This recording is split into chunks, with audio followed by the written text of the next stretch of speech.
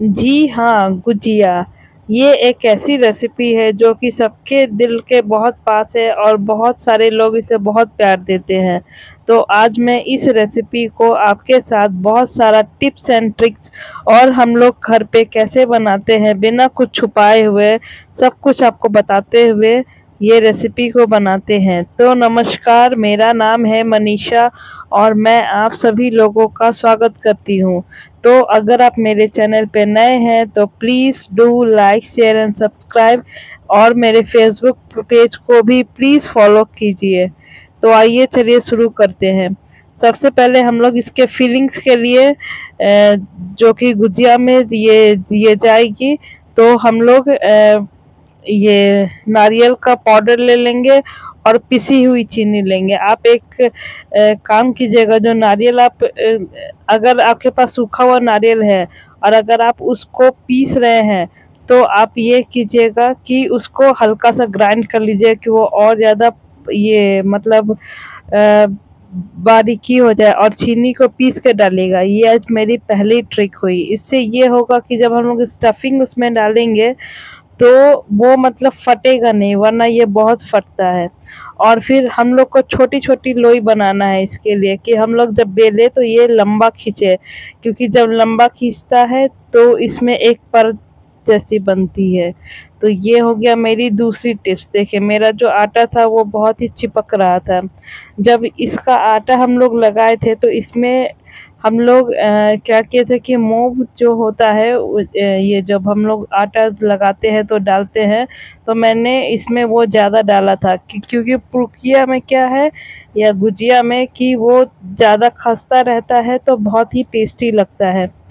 तो अब ये जो आटा हम लोग ये लगाए थे, हम लोग इस चीज़ को ध्यान में रख के लगाए थे।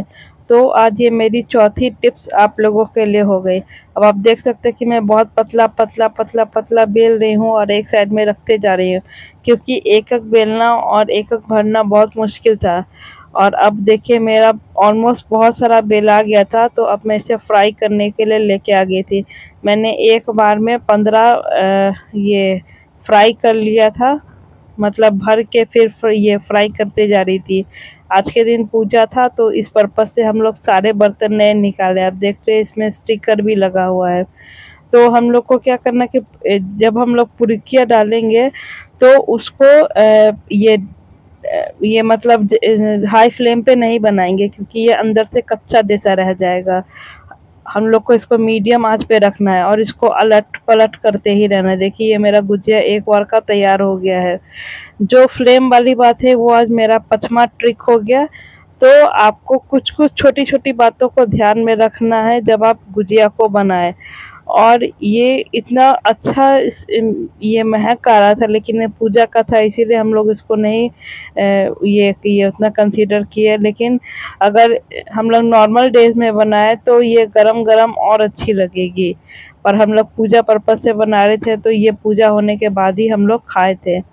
और जो गुजिया है उसे अगर आपके यहाँ कोई गेस्ट आता है तो उसे आप थोड़ा-सा ड्राई फ्रूट्स के साथ सर्व करें, ऊपर से स्प्रिंकल करके, वो बहुत ही अच्छा लुक देता है। आप देख सकते हैं कि ये जो गुजिया होती है वो मतलब एक होती है सूखी गुजिया और एक होती है रस वाली गुजिया।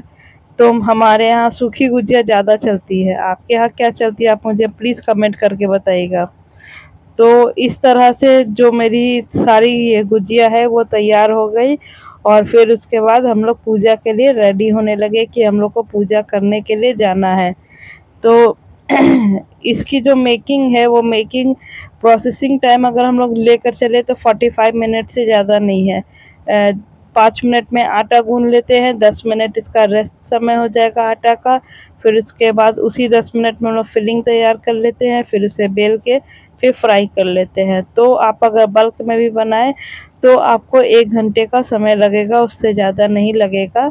तो ये मेरी एक छोटी-सी रेसिपी थी। आपको अगर पसंद आई तो please do like, share and subscribe and follow my Facebook page. Like कर दिया करो यार, बहुत ही मेहनत लगता है ये वीडियोज़ बनाने में। और यहाँ तो इतना मतलब प्रॉब्लम होता है बनाने में, इसीलिए क्योंकि लोग उतना अवेयर नहीं है। उनको लगता है कि क्या कर रही है, ऑनलाइन है, ऑफलाइन है, तरह-तरह की बातें सुनने को मिलती है, पर मुझे फ़र्क नहीं पड़ता है। मेरे दिमाग में ये है कि जो मेरा काम है वो मैं करूँगी। अब आप देखिए मेरा फाइनल लुक गुजिया का, है ना टेस्टी? अगर आपको पसंद आए तो प्लीज़ लाइक